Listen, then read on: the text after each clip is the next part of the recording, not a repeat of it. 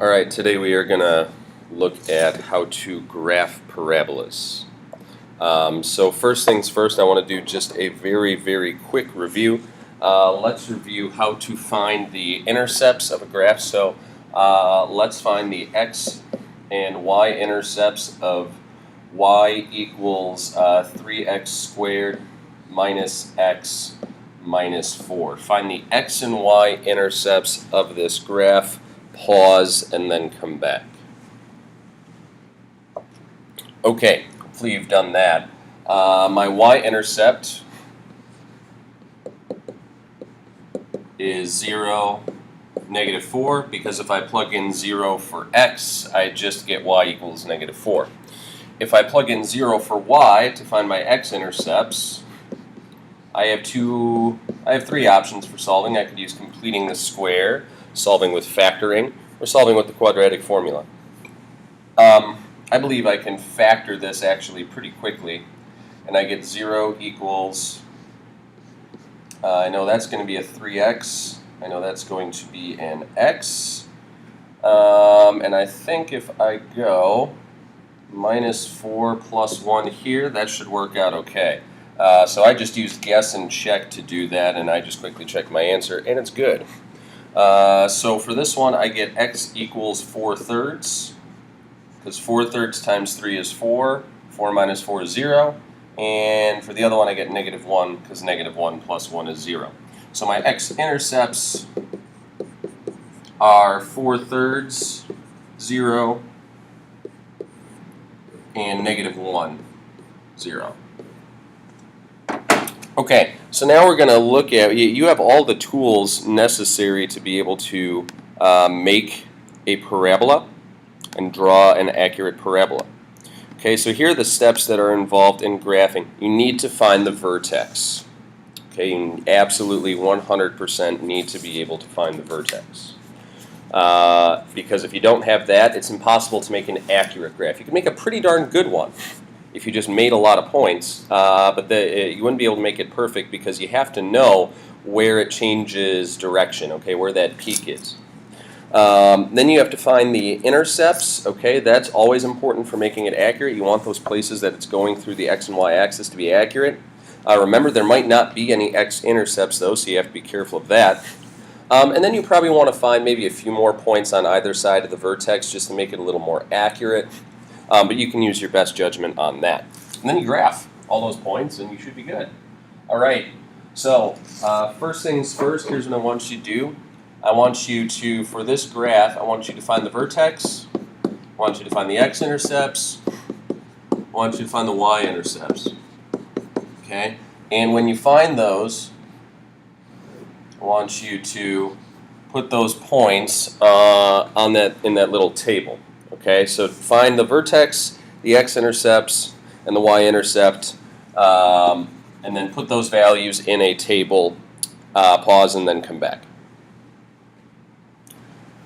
Okay, I'm going to find, let's see, the y-intercept is an easy one. Again, if I plug in 0, I just get negative 6, so I get 0, negative 6 is my y-intercept.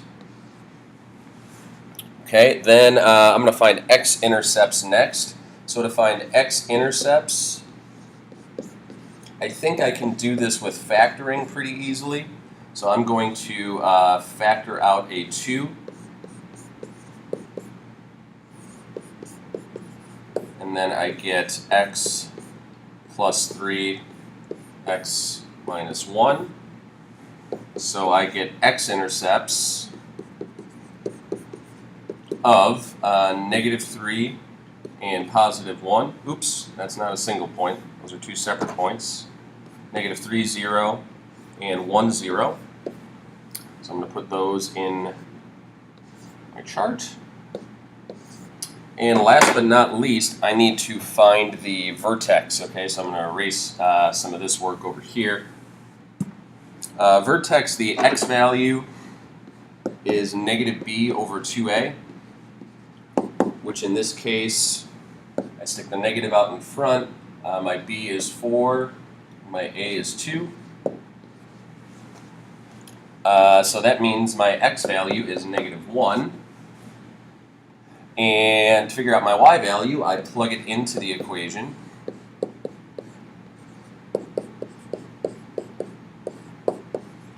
And that gets me 2 minus 4 minus 6, or 2 minus 10, which is negative 8.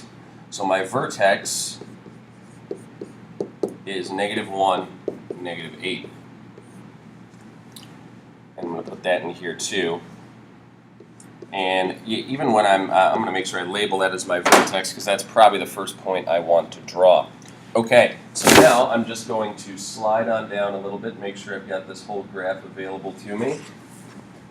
And all I need to worry about now is graphing these points, and then I'll see if I think I need more points to make an accurate graph or not. So first thing I'm going to graph is negative 1, negative 8. Okay, that point is right here. Now you don't have to use a scale of ones. Okay, so like I've given you a blank graph. You could count by 2s or 5s or 10s if it made sense, but in this case, everything will fit nicely on here. Then I've got intercepts of 1, 0.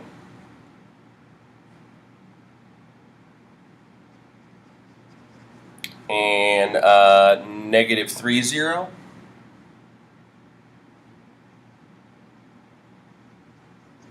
Okay, and then I've also got a y-intercept of 0, negative 6, which is right here.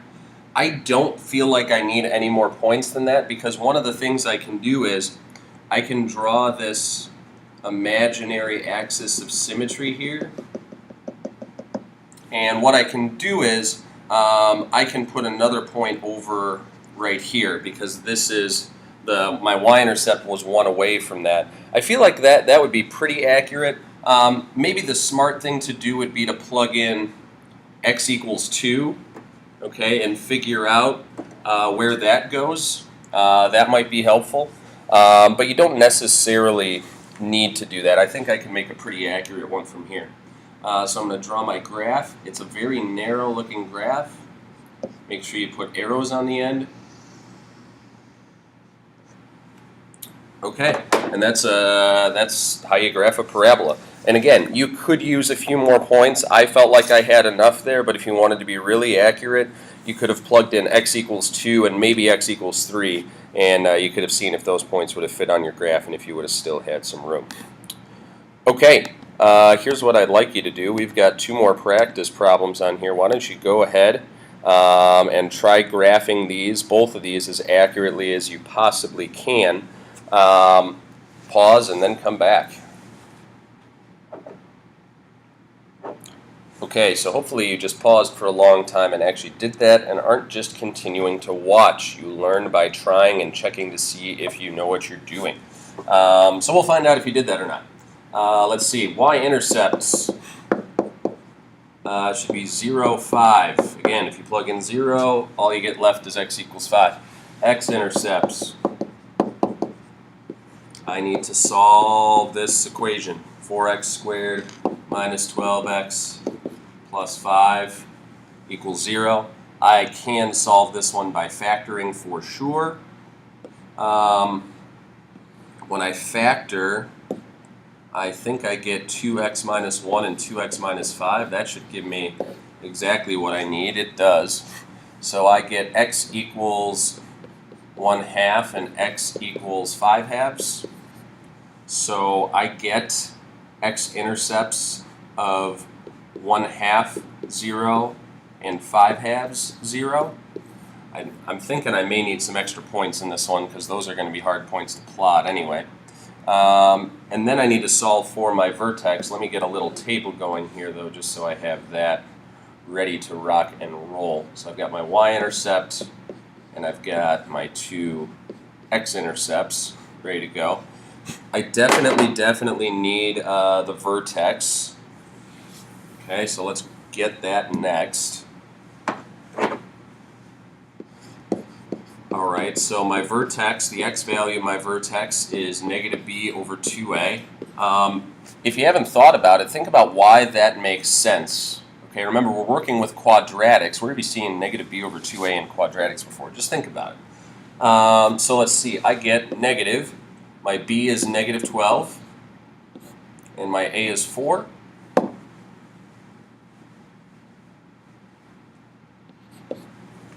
So I get 12 over 8. Okay, because my negatives cancel out. 12 over 8 simplifies to 1.5. Okay, so now I got to plug that back in. So 4 times 1.5 squared minus 12 times 1.5 plus 5. When I do all that, let's figure out what I get. Now, you're probably going to need to use a calculator for this. That is certainly fine. I don't think it's really a problem. This is going to be 9 minus 18 plus 5. So that's negative 9 plus 5, which is negative 4. So I get 1.5 or 3 halves, negative 4.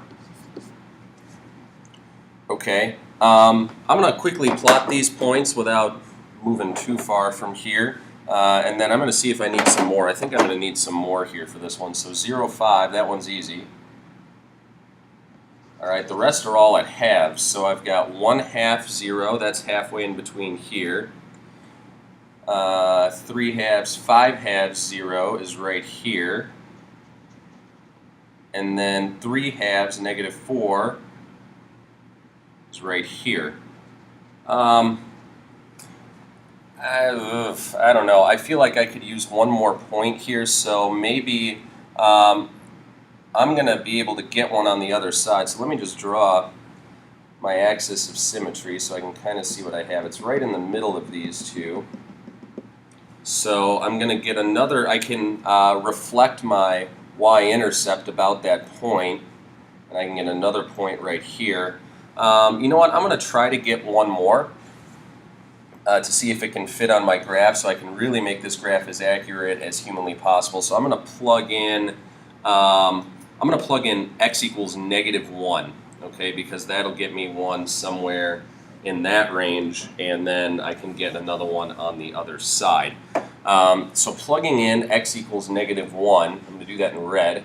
I get y equals 4 times negative 1 squared minus 12 times negative 1 plus 5. That gets me 4 plus 12 plus 5. Yeah, that one's going to be off the graph. That's going to be up at 21. So this graph is moving up really quickly. So I guess we're not going to be able to fit another one on here, but it was good to check anyway. So there we go. That's all we need for this graph. Now our next graph, hopefully let's just take a look at it because I have a feeling that this one is going to require you to maybe figure out some extra points. We haven't really needed to do that yet, but this one might. Okay, here we go. So what we get is, for a y-intercept, we get negative 6. So 0, negative 6 if we're writing that as a point. For x-intercepts, so my problem here is that I could try factoring this, but the problem is I can't think of any numbers that multiply to 6 and add to 4. So my next option is to use the quadratic formula. What I'm going to do, though, is I'm first going to check the discriminant, b squared minus 4ac, to see if I have any and what kind of solutions I have. When I check that, I get 16, that's 4 squared, minus 4 times negative 1 times negative 6. I've actually got 3 negatives there, so it stays subtraction. I get 16 minus 24, which is negative 8. If I have a negative 8 under my square root, what does that mean for my x-intercepts? Well, hopefully you were just saying to yourself, oh, that means I don't have any. So we don't have any x-intercepts on this graph. So I guess the next thing I need to do is just figure out the vertex, and then I'm going to need to have some more points to plot. Okay, so my vertex, my x value is negative b over 2a. So I'm going to put my negative, my b is 4, my a is -1. So those negatives will cancel each other out, and I get 2 for my x. Figure out the y.